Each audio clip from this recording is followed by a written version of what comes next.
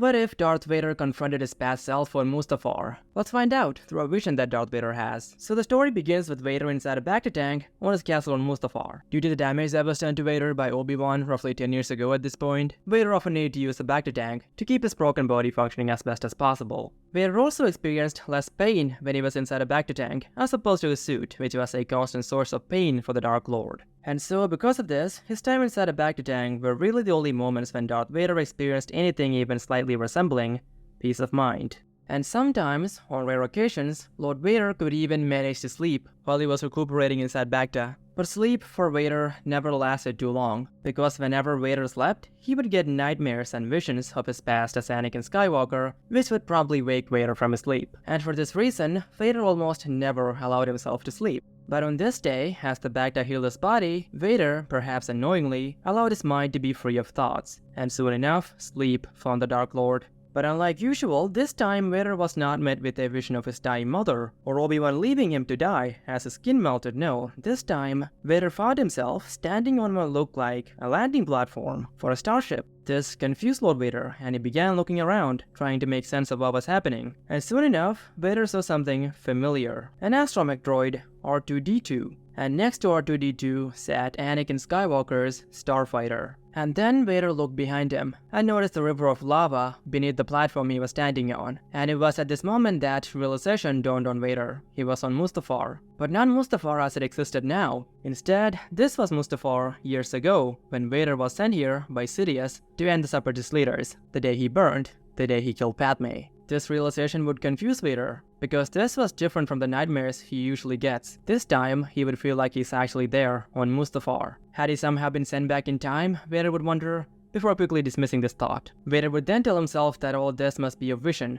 a lie. Was the Force itself somehow ridiculing him? This thought would ignite Vader's anger, but breaking his train of thought, a beeping noise would reach Vader's ears, or rather the electrical implants that now served as his ears. Vader would then turn around to face this noise, and through his red-tinted transparent steel holoplate, Vader saw what was making this noise. It was R2-D2. Vader would then walk closer to the droid, at which point R2 would ask him who he was. Vader would pause. He was once Anakin Skywalker, Jedi Knight, General in the Grand Army of the Republic. But Anakin Skywalker died, or rather he was killed by Darth Vader. And Vader, to put things lightly, never liked to be reminded of Anakin. And upon hearing Anakin Skywalker's old astromech droid ask him who he was, memories of the long-dead Anakin would enter Vader's mind, which would do nothing but fill Vader with rage.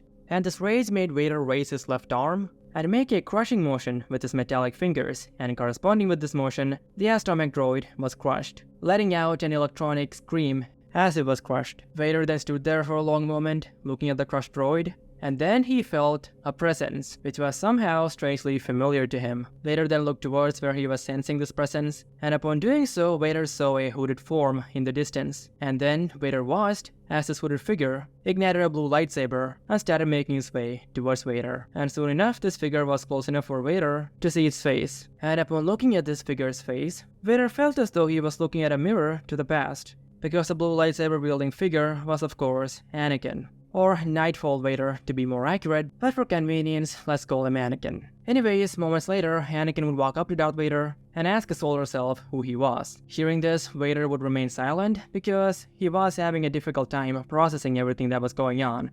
But not getting a response from Vader, Anakin would again ask Vader who he was in an extremely rage-filled tone.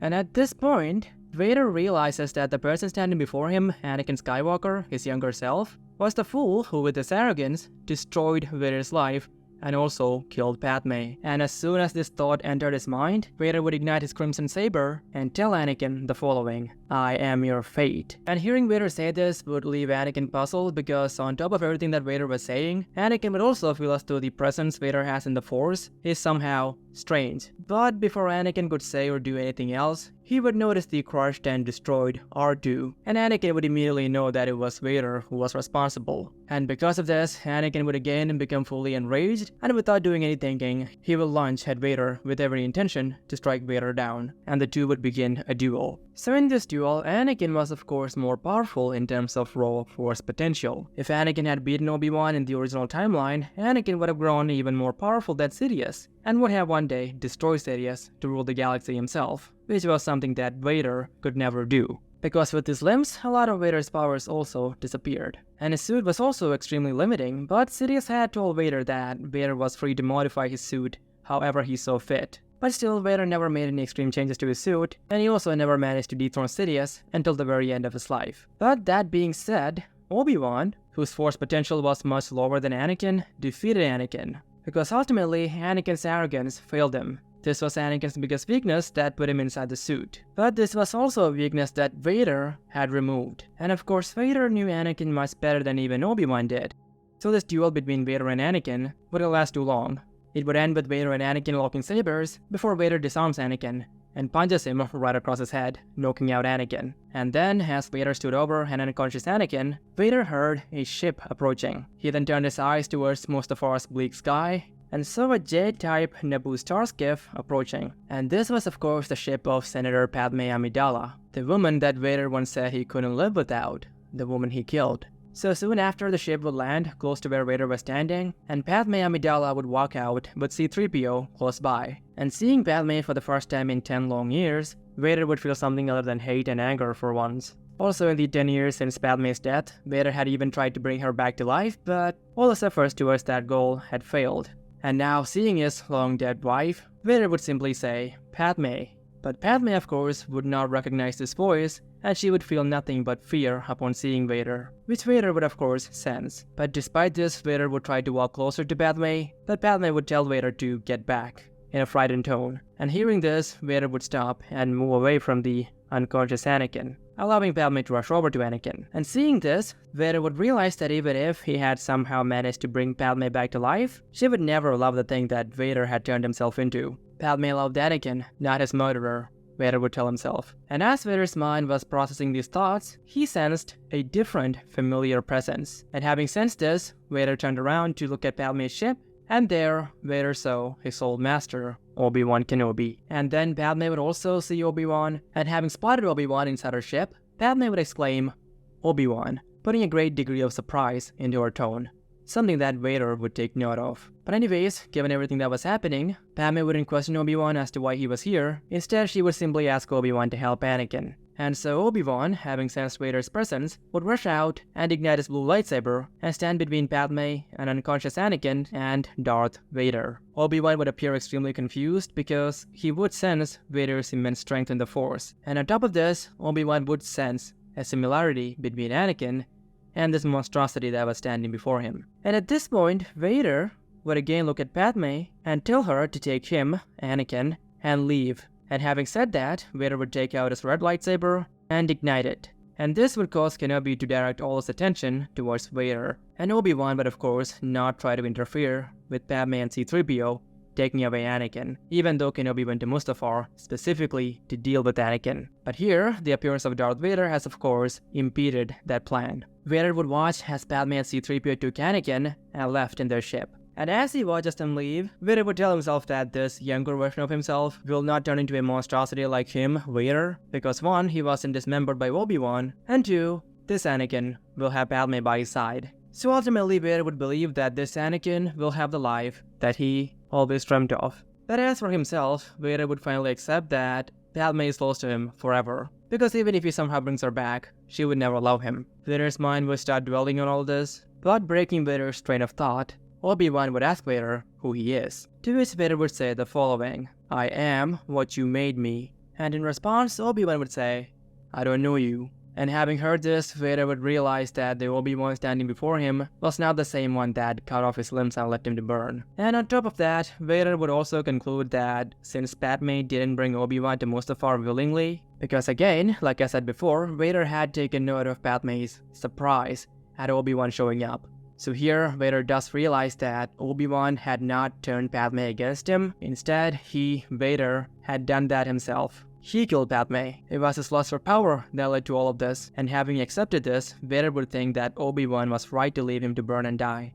He deserved it, Vader would think. Also, side note, Vader thinking that he should have been destroyed for what he did to Padme isn't new. In the now Legends comic book, Darth Vader and the Lost Command, released in 2011, Vader sees a vision of Padme Amidala, who ultimately tells Vader that it was he who killed her and their unborn child. And not long after Padme tells him this, Vader, because of his guilt, decides to bring down a whole building of sorts onto himself. Vader does so, wanting to be destroyed. But fortunately, or unfortunately, Vader is rescued by Sidious, who tells Vader that he, Vader, was essentially buried alive for days. So now, coming back to our story, here too, Vader would come to accept that everything that happened to him and Padme was his own fault, not Obi-Wan's. And at this moment, having accepted this, Vader would again look at Kenobi and deactivate his Crimson Saber and drop it. And seeing this, Obi-Wan would still be extremely confused, but what Vader would do next would do nothing to alleviate Obi-Wan's confusion. And what did Vader do? Well, he removed his helmet, revealing his miserable face. And seeing Vader's face, or whatever was left of it, Obi-Wan would feel his grip on his lightsaber loosen, and he would say, "Anakin," in a confused and shocked tone. Kenobi would go on to say that he doesn't understand, to which Vader would say in a half-human, half-mechanical voice that Obi-Wan never did understand him. Vader would then turn towards the river of lava that was below them, and then Vader would tell Obi-Wan that Obi-Wan was right, and that he, Vader, has done this to himself. As a response, Kenobi would just look at Vader, not knowing what is happening or what to say. As for Vader, as he looked at the river of fire that was beneath him, he'd hear a voice in his head that sounded like it was an amalgamation of Padme and Sidious's voice. And this voice would tell Vader the following: "Go to your fate." And hearing this, Vader would begin to walk towards the edge of the platform. Seeing this, and maybe sensing what Vader was about to do, Kenobi would deactivate his blue lightsaber and tell Vader, who Kenobi was calling Anakin, to stop and to not do it. Hearing this, Vader would turn around to look at Kenobi again and tell him that he, Vader, is not Kenobi's failure. This would again leave Kenobi speechless, and Vader would again turn towards the fire and start walking. And as he does so, when he reaches the edge, Vader would deactivate his suit and allow himself to fall into the river of fire beneath.